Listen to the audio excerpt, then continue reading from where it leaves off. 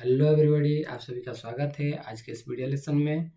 तो आज के इस वीडियो लेसन में हम लोग देखेंगे क्लास 12 की एक अध्याय का थोड़ा सा हिस्सा। क्या है वो? Matrices. What is matrices? Matrices क्या है? मैट्राइसेस एक्चुअली मैट्रिक्स का प्लूरल फॉर्म है। तो मैट्रिक्स क्या है? Then what is matrix? Matrix actually बहुत सारे नंबर्स का रेक्टेंगुलर अरेंजमेंट है। That is matrix. It is the rectangular arrangement of numbers in some rows and columns and is represented by using third और first bracket. मतलब numbers को जब हम लोग रेक्टेंगुलर अरेंजमेंट में, रेक्टेंगल के फॉर्म में, यानी कि इन सम रोज एंड कॉलम्स में रिप्रेजेंट करते हैं, वो भी थर्ड ब्रैकेट और फर्स्ट ब्रैकेट का यूज करते हुए, वो हमारी मैट्रिक्स कहलाती है। और जब हम लोग इस तरह के बहुत सारे मैट्रिक्स लेते हैं तो वे मैट्राइसेस होते हैं, यानी कि उसे हम मैट्राइसेस कहते हैं। ठीक है, उन सभी मैट्रिक्सेस के ग्रुप्स को मैट्राइसेस कहते हैं। तो आइए उन्हें देखते हैं और एक बार। इन मैट्रिक्स को हम लोग अंग्रेजी के लेटर्स यानी कि कैपिटल लेटर से, जैसे ABCD अप टू Z, किसी का भी यूज करके बता सकते हैं, रिप्रेजेंट कर सकते हैं या डिनोट कर सकते हैं, उनका नाम दे सकते हैं। ठीक है, तो आइए देखते हैं कुछ मैट्रिक्स को। ठीक है, तो लेते हैं एक मैट्रिक्स, जैसे कि एक मैट्रिक्स का नाम देता हूं A, और इस मैट्रिक्स को हम, जैसे कि हमने कहा कि थर्ड ब्रैकेट के अंदर लिख के रिप्रेजेंट करेंगे। उसमें कुछ नंबर्स होंगे, जैसे मैं 6 नंबर लूँगा, 2 3 5 7 9 1, ब्रैकेट क्लोज कर दूंगा।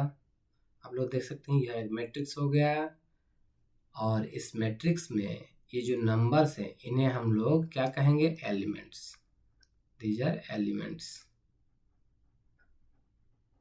These are elements of this matrix.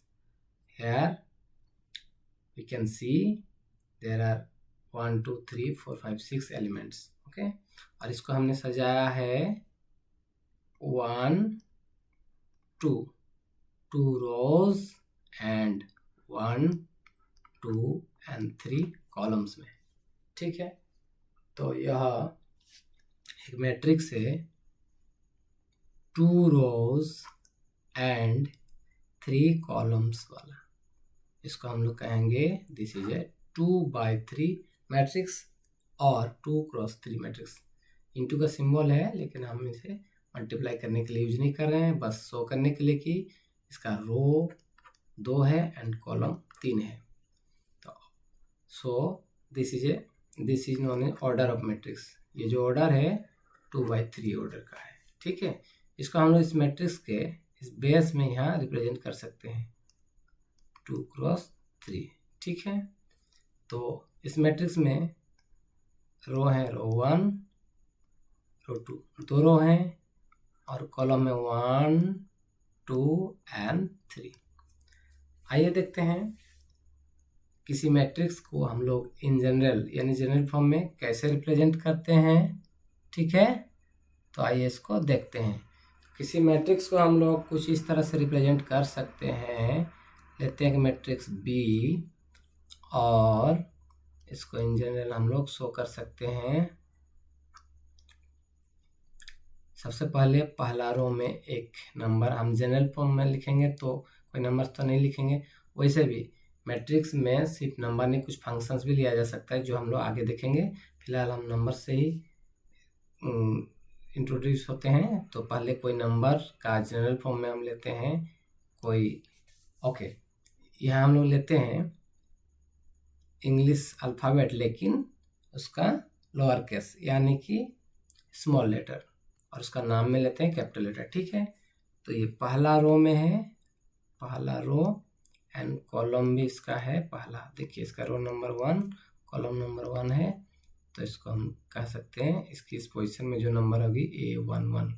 ठीक है, मान लीजिए इसमें और एक नंबर है, इस रो में और एक नंबर है, तो कहेंगे row first and its column is second. तो इसकी ये जो एलिमेंट होगी ये पूरा एलिमेंट हो जाएगी, पूरा एलिमेंट, और इसकी पहचान होगी इस एलिमेंट का ये first row and second column, that is A12। Third element is A first row and third column A13।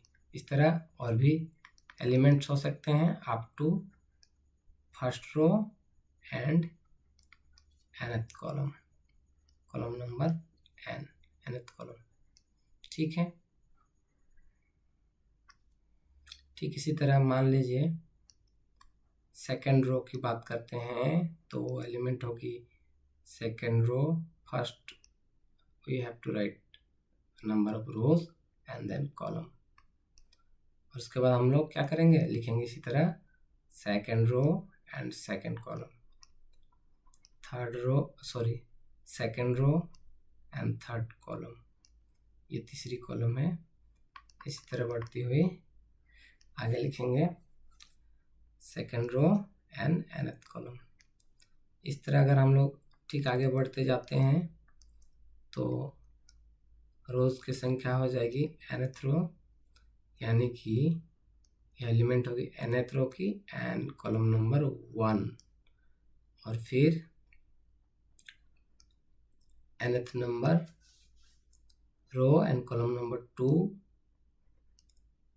nth number row and column number 3, और इसी तरह।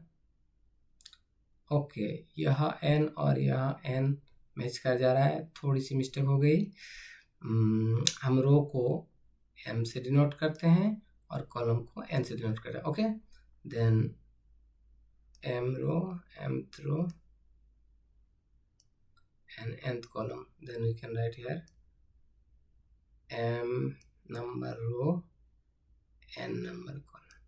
Order of matrix is m cross n। Okay, हाँ यहाँ थोड़ी सी गलती हो गई थी, रो को हम m से रिप्रेजेंट कर रहे हैं और कॉलम को n। हमारा जो मैट्रिक्स की ऑर्डर होगी वो m बाय n मैट्रिक्स है। Okay, m by n matrix है। m रिप्रेजेंट करता है रो को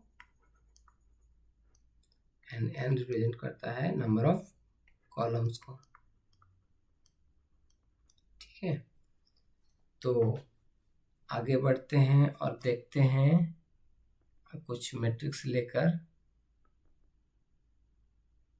चलिए, ठीक है, अगर हमें कहा जाए एक 3/2 का ऑर्डर वाला एक मैट्रिक्स लिखिए। ठीक है, तो इन जनरल हम लोग लिख सकते हैं, लेते हैं वो मैट्रिक्स सी है, रो है 3 एंड कॉलम है 2। Okay, it is row 3 1 2 and 3 और कॉलम 2 है 1 एंड 2। आप लोग समझ सकते हैं।